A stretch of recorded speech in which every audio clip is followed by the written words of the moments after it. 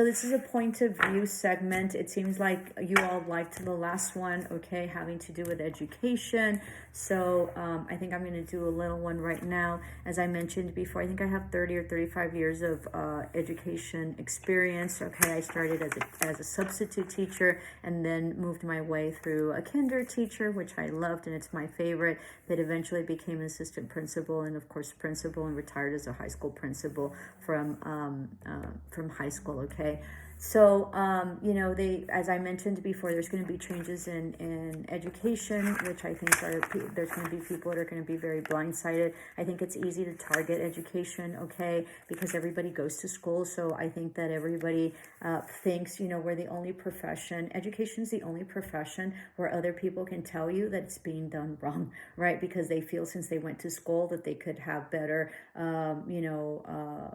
better knowledge of it. But the reality is that we're sort of not respected. It's not because we live in a house doesn't mean that the engineer that designed it, or the architect that designed it, or the engineer that built it, because we lived in a house, that we can tell them that, hey, you did this wrong, or you did this wrong or right. And they sort of sometimes do right, and it's very visible. And so, but nobody ever tells them anything. It's wrong, and everybody has to suck it up. And, and if they screw up on doing, double piping, or the pipe isn't correct, and or possibly, the slab isn't correct, and it creates other things, so that be it. Then we just sort of go back and have to, replace it, right, at your cost. And so teachers get counted all the time. We are very much complained about consistently, and I don't think that teachers really appreciate it, even though a lot of our parents are always ready for, the holidays to end and send the kids back, because there's nothing like having the kids be away at the school, and it's a nice babysitting type deal. And that's the truth. They're most of the time, a lot of the time they're at school. And so that, that's where they spend it. But so the education system, I think, is a very good education system, and there's going to be huge changes in the education system just because it's going back to the states. The states that are poor, like New Mexico, I'm in the Southwest, they're a very poor state. So those will be the states that really will be most hit financially, right? And they are the ones that will be hurt the most. The very prosperous states, even though they're going to probably be very conservative at this time, and the books are probably going to be very much decided, all right? Like Texas, then I don't think they're going to have a hard time, just because they're huge, right? They're huge states. They're very well, established states. And of course, they're very rich states. So I think that rich states won't have a problem, but I think that the lower states, the ones that are poverty stricken or are, huge in rural areas, are going to be very much struggling. And there's a lot of things in place to help those rural places, like, busing, and of course, school lunches, which is huge. Some of my students wouldn't be able to eat, and that's the only place that they will eat, at school. Sort of also the urban areas that, are sort of kind of tight, and low social economic. So there's a lot of stuff that schools do that I think that people minimize, but I think that because of that, it makes them greater, right? We are able to educate everybody, even in the rural areas. We're able to feed everybody because of the generosity of what America is, right? And everybody's needed help at some point, unless you're, very well-to-do, then you don't need any help. And so if you don't need any help, then that's fine. But there's a huge majority that is. But the United States, right? Because there's other countries that are in America, but the United States sees themselves as the only Americans, but they're not. Mexico, Central America, South America, even Canada are basically, in the American continent.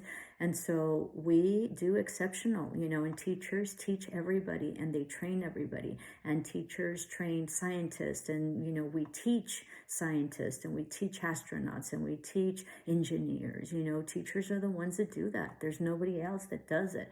And so it's a great testament to who we are and how long we've come. And to, close this segment out to this, we are the we are the country that has the most Nobel Prize winners, okay? And so starting, I don't know if they started in 1901 or they started keeping track in 1901 to 2023, the Nobel Prize winners of the US have been 413, okay?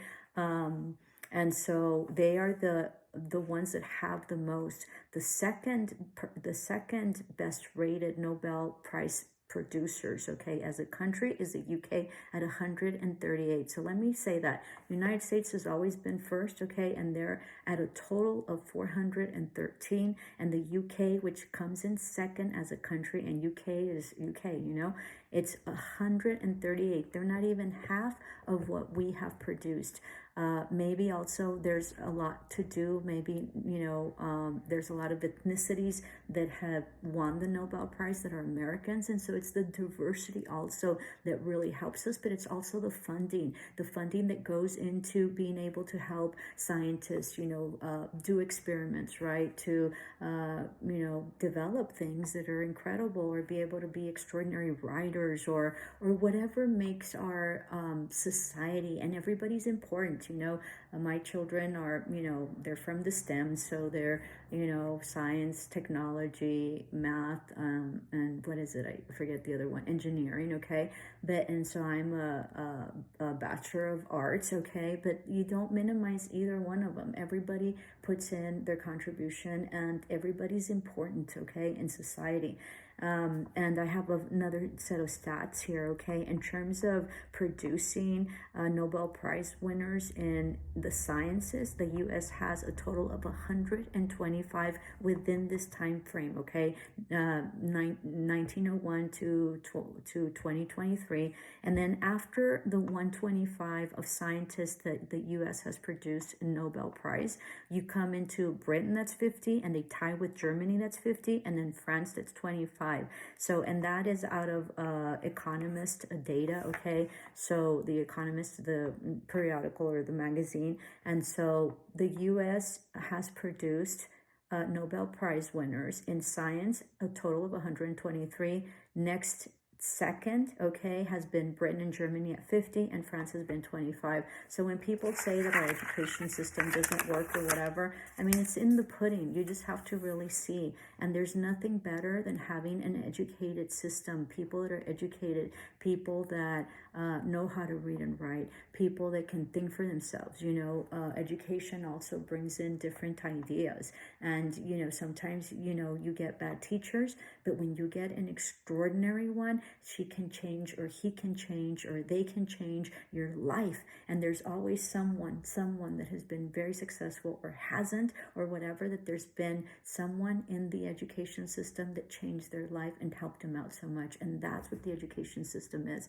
And so be mindful, because once they dissolve the education department, which, as I mentioned, regulates a lot of areas, okay, Title IX, a lot of schools don't have enough for PE or football or whatever. And so what's going to happen to them? It's going to go back to the states.